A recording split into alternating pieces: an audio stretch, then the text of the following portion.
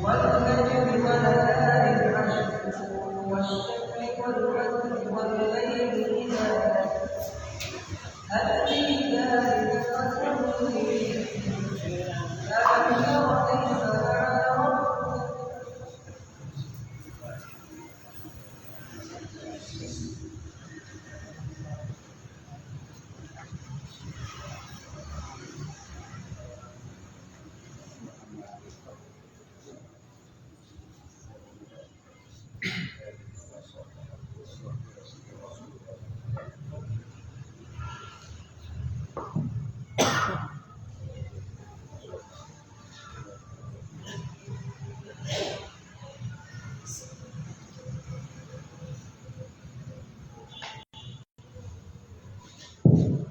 Assalamualaikum warahmatullahi wabarakatuh.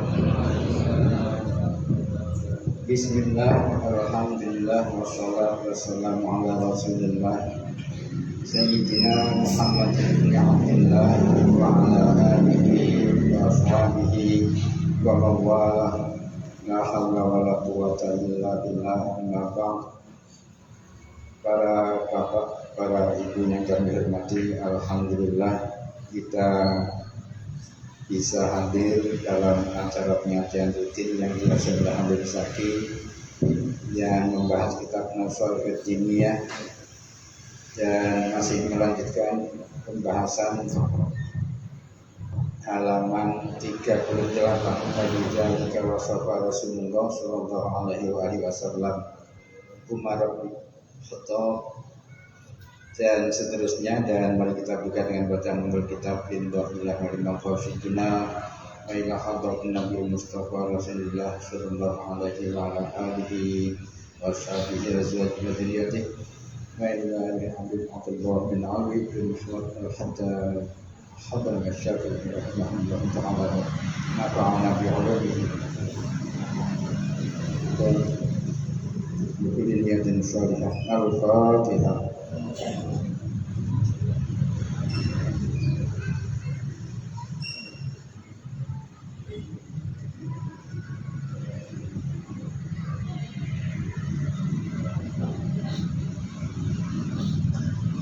Bismillahirrahmanirrahim. Alhamdulillah wassalatu wassalamu ala Rasulillah Sayyidina wa maulana Muhammad bin Abdullah wa ala alihi wa sahbihi wa man wala wa la haula wa la quwwata illa billah.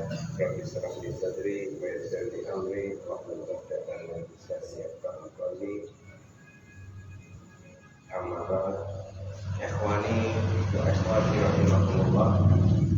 Alhamdulillah pada malam hari ini kita bisa melanjutkan di dalam rutinitas kita, yaitu kajian di dalam permasalahan agama, yang mana masuk kita dalam pembahasan masih berkisar di dalam masalah hati, melanjutkan daripada pembahasan yang kemarin, yaitu masih sambungan dengan apa yang telah disampaikan oleh Al-Imam Ali Karamullah wajhah, yang mana bahwa sesungguhnya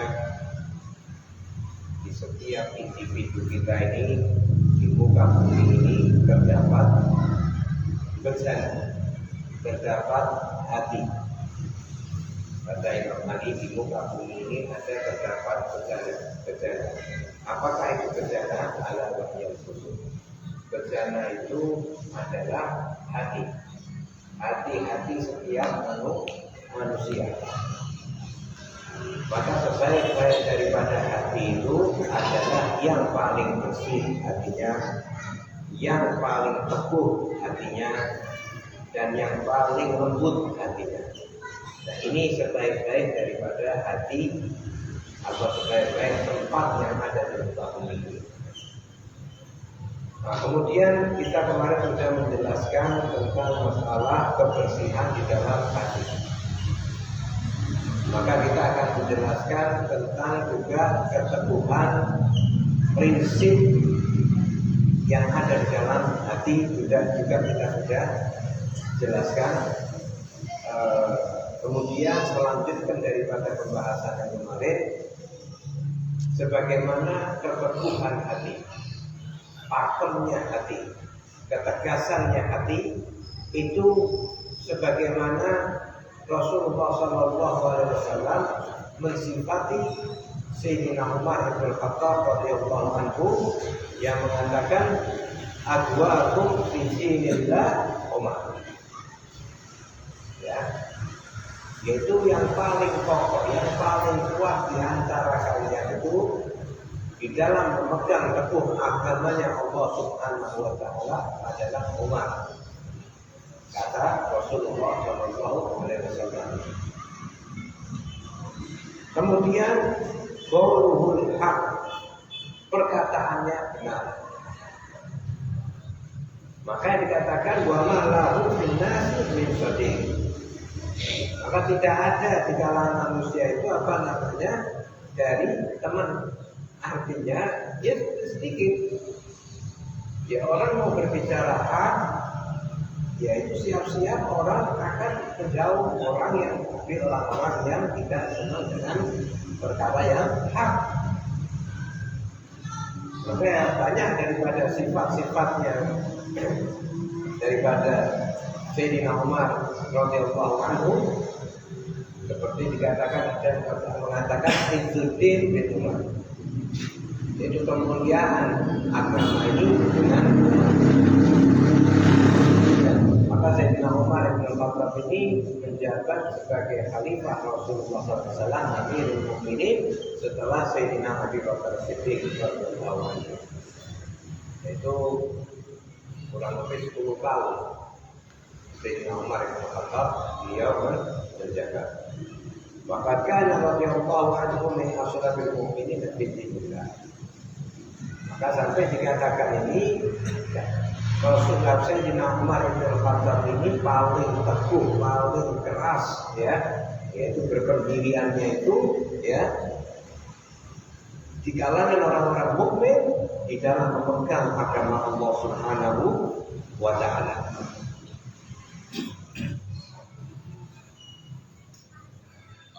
Wa asyaddihim akhadan bihi fi haqqi nafsihi wa fi haqqi ghairihi. Dan juga dia paling kuat juga dalam berpegang, mengambil atau berpegang teguh di dalam agama Allah Subhanahu wa taala, yaitu di dalam haknya untuk pribadinya maupun untuk orang lain. Artinya beliau ini menyampaikan di dalam hak dirinya sendiri dan hak orang lain. Makanya Sayyidina Umar bin Khattab ini luar biasa. Banyak bahkan makanya hatta sarat amsalu tudrabu bihi fi adlihi wa amrihi bil ma'ruf wa nahyi 'anil munkar. Bahkan dikatakan Sayyidina Umar ini menjadi percontohan, ya, menjadi percontohan, permisalan di dalam keadilannya, percontohan di dalam amar ma'rufnya, ya, dan nahi munkarnya, mencegah dari perbuatan kejinya. Artinya Sayyidina Umar ini banyak dijadikan percontohan. Wa qiyami bil haqqi 'alal gharib wal ba'id. Dan dia betul-betul menegakkan di dalam kebenaran itu, sama saja di dalam keluarganya, yang kerabat terdekat, kerabatnya, maupun dari orang-orang yang jauh dari dia, artinya tidak ada hubungan kekeluargaan. Nah ini, bahkan Sayyidina Umar bin Khattab itu sendiri, ketika pernah berjalan itu, dia melihat kawanan ekor unta itu pada gunung-gunung. Kemudian Sayyidina Umar tanya, ini unta siapa gemuk-gemuk ini? Kemudian satu orang menjawab bahwa ini adalah unta ini adalah milik anakku Abdullah. Marah Sayyidina Umar, dipanggil Abdullah. Dia bilang, kenapa itu punya unta ini? Gemuk-gemuk dan iya saya makan, saya ternak dan lain sebagainya. Dia bilang sekarang suruh masuk ke Baitul Mal semua. Ini adalah buat lima maslahatul muslimin, maslahatul muslimin. Kemudian ini unta dia beli sendiri, dia rawat sendiri, dia ternak itu juga dengan uangnya sendiri. Enggak. Tidak akan mungkin menjadi gemuk ini unta kecuali orang akan melihat ini Ibn Umar. Ini anaknya Umar bin Khattab adalah Amirul Mukminin. Jadi ditakutkan itu ada orang ini ketika memberikan makan atau merawat dan lain sebagainya itu karena ini untanya anaknya Sayyidina Umar bin Khattab. Jadi ditakutkan ada hal yang demikian maka semua suruh masuk. Makanya jadi seorang anak seperti Sayyidina Abdullah bin Umar, beliau termasuk juga riwayat hadis terbanyak juga Sayyidina Abdullah bin Umar. Kayak ketika Sayyidina Abdullah bin Umar ini ketika Sayyidina Umar bin Khattab mau meninggal, itu banyak dari para sahabat itu juga mencalonkan anaknya ini menjadi Amirul Mukminin. Mencalonkan anaknya menjadi Amirul Mukminin. Cukup dari keluarga Khattab yang terbebani dengan siksanya di neraka. Jadi tidak mau. Karena takutnya Sayyidina Umar bin Khattab. Jadi jangan diikut-ikutkan anaknya. Ya, anaknya ahli bijak. Ya, luar biasa Sayyidina Umar bin Khattab anaknya juga. Makanya sampai ketika meninggalnya Sayyidina Umar bin Khattab, seorang anak bertanya sama ayahnya. Ketika itu Madinah itu mendung yang luar biasa gelap, yang menakutkan. Ketika itu gelap dan juga petir dan lain sebagainya. Kemudian seorang anak tanya kepada ayahnya, karena suasana itu betul-betul mencekam. Seorang anak tanya, apakah ini yang dinamakan kiamat, wahai ayah? Seorang anak tanya, apakah ini yang dinamakan kiamat, wahai ayahku? Katanya ayahnya, oh bukan ya waladi. Bukan wahai anakku, bahwa ini adalah meninggalnya, hari ini adalah meninggalnya Umar bin Khattab. Semua ya dari umat Islam ya dari semua dunia juga merasa sedih dengan meninggalnya Sayyidina Umar bin Khattab. Bahkan sampai dikatakan seperti macan yang kehilangan taringnya. Meninggalnya Sayyidina Umar ini, Islam ini seperti macan yang kehilangan taringnya. Itu juga Sayyidina Umar ini mendapatkan bisyarah dari Rasulullah SAW yang termasuk orang yang masuk ke dalam surganya Allah Subhanahu wa taala. Mubasyirun bil jannah.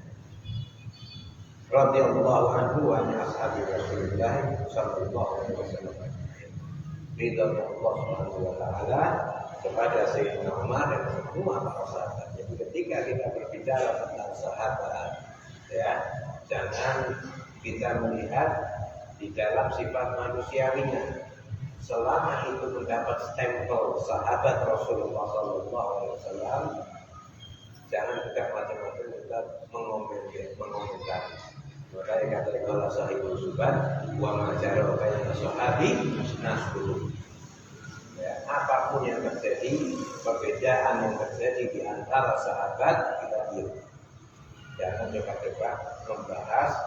Kenapa? Kalau kita tidak mempunyai rasa husnudzon, bahkan ada satu ulama dia ketika membaca sirah sahabat Rasulullah SAW, setelah itu dia berbicara, kalau engkau mau membaca mendalami tentang sirah sahabat Rasulullah SAW, kalau tidak punya rasa husnudzon maka jangan baca yang berkaitan dengan fadhil saja. Tapi kalau yang berkaitan dengan perbedaan dan lain sebagainya, itu jangan coba-coba memilah. Kenapa? Karena itu adalah hikmah yang Allah berikan untuk Rasulullah SAW. Ikhtaroni wa ikhtaroni ashabat. Ya, ikhtaroni wa ikhtaroni ashabat. Allah memilih aku sebagai Rasul dan memilihkan buat aku para sahabat. Jadi sahabat ini pilihannya Rasulullah Sallallahu Alaihi Wasallam secara keseluruhan. Kayak kita intikan ahli sunnah wal jamaah bahwasanya ketika meninggalnya Rasulullah Sallallahu Alaihi Wasallam, maka sahabat berjumlah 124.000 sahabat. ketika Rasulullah SAW wa kulluhum udul, semua orang yang hadir, ya, semua orang yang hadir. Ketika orang mengikrarkan tentang keimanan kepada Rasulullah SAW, ya, mengikrarkan tentang keimanan, maka dia mendapatkan nur nubuwah. Maka sampai dari minduatin nur, dari kekuatan nur kenabiannya Rasulullah SAW, bahkan anak bayi pun yang mana dilihat Rasulullah SAW, maka dia kategori sahabat. Orang yang pernah dilihat Nabi atau orang yang melihat Nabi, maka itu dia dalam kategori sahabat kalau dia meninggal dalam keadaan iman dan Islam. Ada. Ini yang dinamakan apa namanya jalan kita menuju jalan yang lurus. Jadi tidak membahas atau berkaitan dengan masalah apa namanya perbedaan-perbedaan, ikhtilaf dan sebagainya. Dan itu hal yang wajar terjadi di kalangan sahabat. Ya. Ketika ditanya kepada Sayyidina Abu Bakar, kepada Sayyidina Umar, ketika ditanya kepada Sayyidina Utsman, Sayyidina Ali, dan kepada apa namanya sahabat lain. Ketika kita mau berbicara masuk lebih-lebih berkaitan tentang masalah konflik, ya, nah itu lebih bahaya lagi. Ya, yang penting kita apa yang telah kita diajarkan itu kita jalankan. Wa amarika, dan ada pun hati yang lembut. Ya, hati lembut ini gimana? Amarika al mukminin, ada pun hati yang apa kelembutan dan sebagainya kepada orang-orang mukmin. Fa'ayyakuna rahiman bihim musyabakan bihim. Maka adalah dia itu apa namanya berbelas kasih, ya, kepada mereka yaitu orang-orang mukmin dan bersimpati kepada mereka. Jadi kita ini ketika bermuamalah, ketika kita bergaul, ketika kita duduk, ya kita melihat ada ikhwan. Ini adalah saudara yang penuh belas kasih.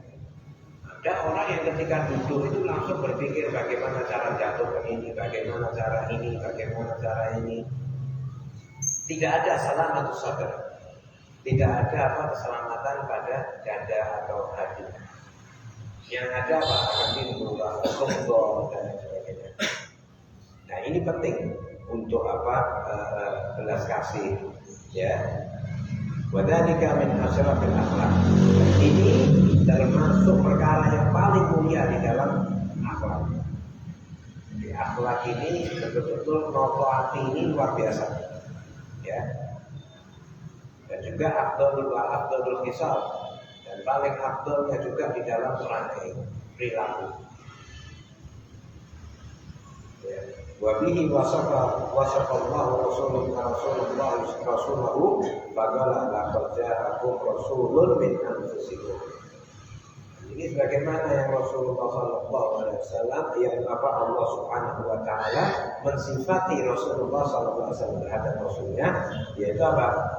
Telah datang, ya, dari kalian itu apa? Seorang Rasul, ya, min anfusikum, dari bangsa kalian, itu bangsa manusia.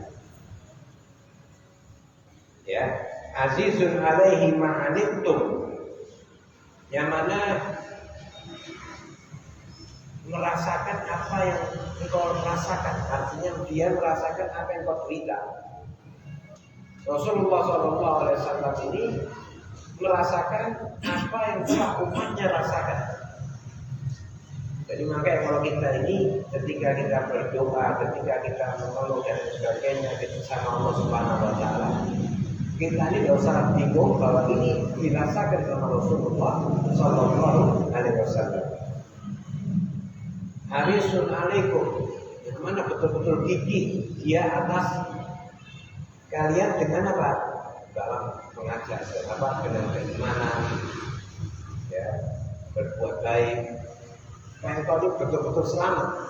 kalian ini betul-betul selamat.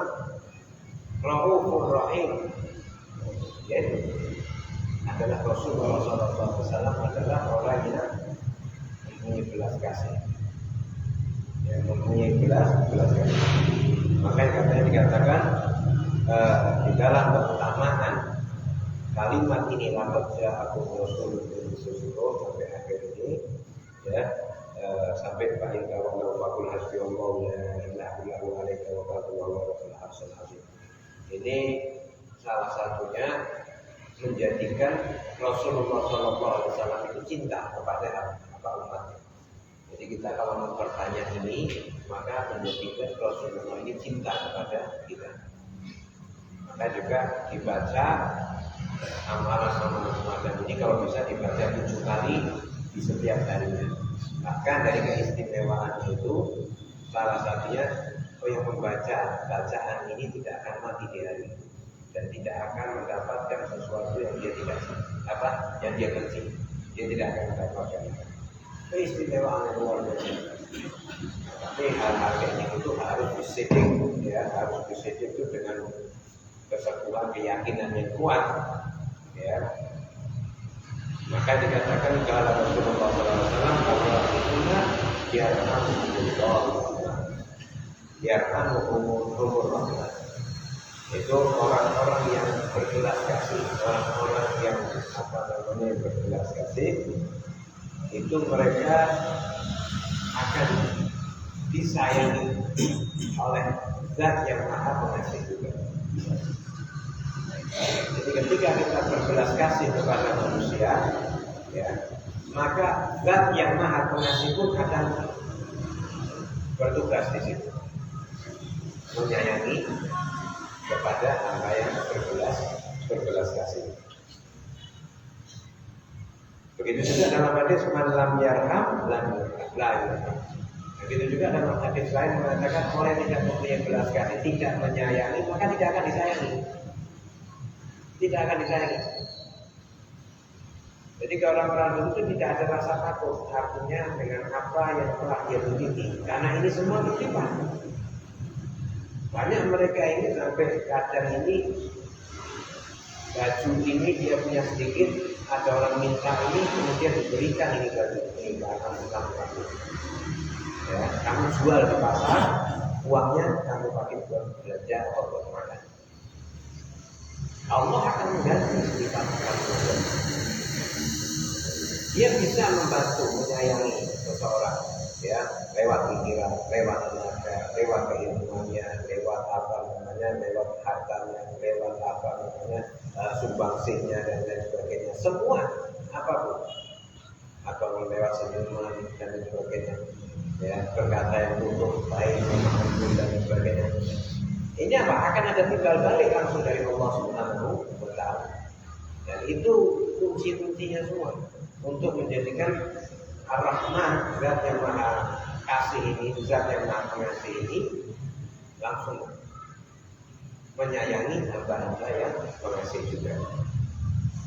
Makanya dikatakan Inna abdal ummati la yadkhuluna jannata bi kasratis shalah wa siyam bal bi salamati sudur wa saqawati nufus wa rahmatil likulli muslim. Maka dikatakan ini dalam hadis ini sesungguhnya abdal dari umatku ini dia tidak masuk ke dalam surga ini bukan karena dia banyak sholat, bukan dia banyak puasa, tapi dia ini karena apa? Lapang dada, hatinya selamat, ya, dari penyakit kotor, selamat dari penyakit hasut, selamat daripada itu semua penyakit wasaka dan ini apa dermawan, jiwanya itu jiwa yang dermawan, ya, dan rahmat belas kasih kepada semua orang muslim. Abdal ini itu tingkatan di dalam kewalian. Kalau kita katakan di dalam tab makomat itu kewalian itu. Jadi kalau ada kata di dalam tab makomat itu ada namanya tingkatan-tingkatan wali. Ada wali Ghaus, itu pimpinan daripada para wali. Ada lagi abdal, ya, ada lagi autab, ada lagi an-nubaba, nujaba, ada lagi setelah itu para auliya Allah wassalihin, ada lagi al-afrad, ya, banyak daripada tingkatan-tingkatan kewalian. Setiap mati satu maka meninggal satu akan digantikan dengan satu kedudukan lagi. Itu wali. Maka dikatakan wali abdal ini, yaitu tadi dia ini banyak memikirkan apa? Umat muslim. Itu namanya ciri-ciri daripada wali abdal. Kepentingan dia, belas kasih dia, akhlak dia kepada orang muslim luar biasa. Maka dikatakan tidak akan selama abdal itu masih tawaf di Baitullah tidak akan terjadi lagi. Jadi di dalam yang di Ka'bah itu yang tawaf itu selalu ada abdalnya. Nah itu siapa itu? Allah kasih keistimewaan pada hamba. Itu cuma berapa Pak? 40 orang. 40 orang, tinggal 4 orang dan lain sebagainya di dalam dunia ini. Dan ini bertugas sebagaimana dia mendapat tugas dari Allah Subhanahu wa Ta'ala. Tetapi bukannya mereka dikatakan dalam hadis ini mereka ini bukan, jangan kita memahami oh dia ini tidak banyak sholat, tidak banyak puasa. Mereka banyak puasa, mereka banyak sholat, tetapi amalan yang ini tadi, belas kasih kepada orang muslim, ya, terus kemudian dermawannya, ya, karomnya, ya, kedermawanannya dan bersih selamat hatinya, itu lebih unggul daripada amalan ibadah yang dia lakukan. Jadi bersihnya hati, kedermawanannya, terus kemudian belas kasihnya kepada sesama muslim itu lebih unggul daripada amalan sholatnya dan amalan puasanya. Jadi jangan sampai kita ini memaknai, wah berarti ini tidak banyak sholat. Enggak, banyak ya. Abdal itu orang yang banyak sholat, banyak. Artinya sholat di sini bukan kalau sholat fardu jelas. Sholat sunnah makanya dia ini banyak mendekatkan diri kepada Allah Subhanahu wa Ta'ala dengan perkara-perkara yang lebih unggul itu, dan yaitu apa? Dari perkara bersih hati, terus kemudian rahmah, belas kasih kepada orang muslim, kemudian juga dermawan. Nah ini perlu kita ketahui amalan-amalan hati ini sangat begitu hebatnya, ya, pentingnya bagi kita. Maka kita perlu pahami karena sirrullah ini terdapat di dalam hati mereka orang-orang yang bersih. Maka di situ itu betul-betul kita ini ketika kita aplikasi dari hati ini itu kan kadang perilaku, kadang ucapan. Maka ketika kita melihat kurang lebih, ketika kita melihat keadaan kita itu untuk melatih membersihkan hati kita. Ya, jangan kita menuntut sesuatu yang sesuai dengan nafsu kita. Dan pikiran kita ini nafsu, ya kan? Kalau itu kita timbang dengan selalu pikiran kita, maka banyak semua orang salah. Ya, maka ini insya Allah jadikan manfaat buat kita. Allah yang taala yang itu mungkin bagi bagi sedikit dari takwil wajib untuk berbeda walau kalau terjadi laku walidina walidina walidina walidina dan begitu khosok dan berarti walidina walidina baik wa wa nahdir lana wa lahum bil husna ba'da dhulum wa fi ta'ala wa ja'al qulubana qawman yadkhulul jannah wa la kufar niram wa nudkhilhum jannatan Islam wa iqam al-ta'am wa adab al-jannah jannati ahad al-jannah wa na'im al-siddiqin wa syuhada al-muslimin wa fa'ala dzalika walidina wa walidina wa awladina wa dzurriyyatina wa walidina wa lidalatina wa lidalatina wa sallallahu ala sayyidina Muhammadin wa ala alihi wa sahbihi alhamdulillahi rabbil alamin.